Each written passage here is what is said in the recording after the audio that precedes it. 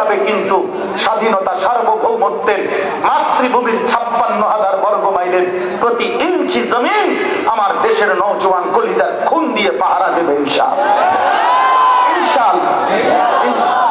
জালেমের পতন যেহেতু হয়েছে, ইমানের বিজয় হবেই হবে ইনশাআল্লাহ।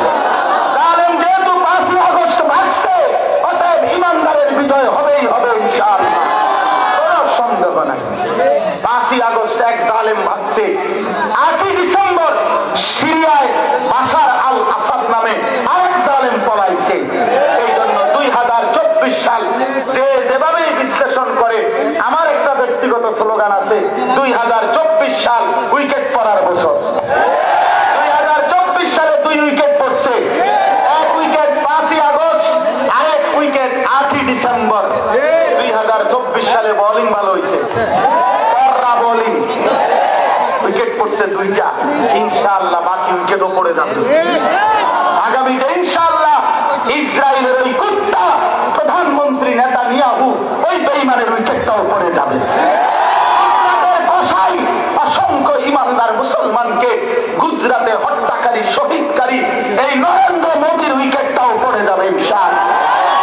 হয়তো আনিস থাকবে না, কোনো অসুবিধা নাই, আমার রক্ত ঝরলেই জমিনে কোনো সমস্যা নাই, আমার মালিকের সাথে আমার বোঝাপড়া আছে ইনশাআল্লাহ। আমার সন্তানকে আমি বলে দিছি, বাপ কোনদিন যদি শোনো বাপ নাই, কোনো অসুবিধা নাই, আগামীর কালেমার কথা, ইসলামের কথা তোরা বলবি, বাপ তোরা বলবি, জীবন গেলে সমস্যা কি?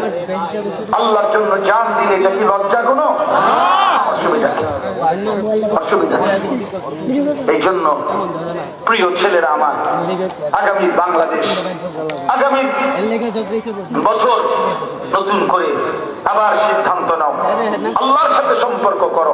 31st নাইট কোন ইমানদারের কোন উৎসব হইতে পারে না। 31st নাইট কি পরিমাণ অসভ্য তুমি যদি শোনো ভাইয়া, তুমি জিজ্ঞাসা করো ওই বেঈমানদেরকে। আমাদের ছেলে পেলেদেরকে নাচে গানে লাগাই দিছে, অথচ এটার মূল বক্তব্য হলো তাদের একটা মূর্তি আছে, এই মূর্তিটার 2টা মুখ, 2 মুখ মূর্তি। এই 2 মুখ মানে এদিক দিয়েও মুখ, এদিক দিয়েও মুখ মূর্তি।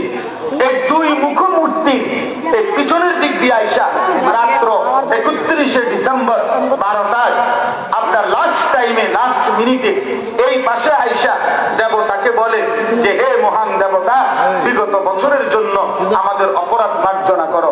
আবার ঘুইরা এই পাশ দিয়ে আইসা আগামী বছরের জন্য আমাদের জন্য পুণ্য ভালোর ফয়সালা করো।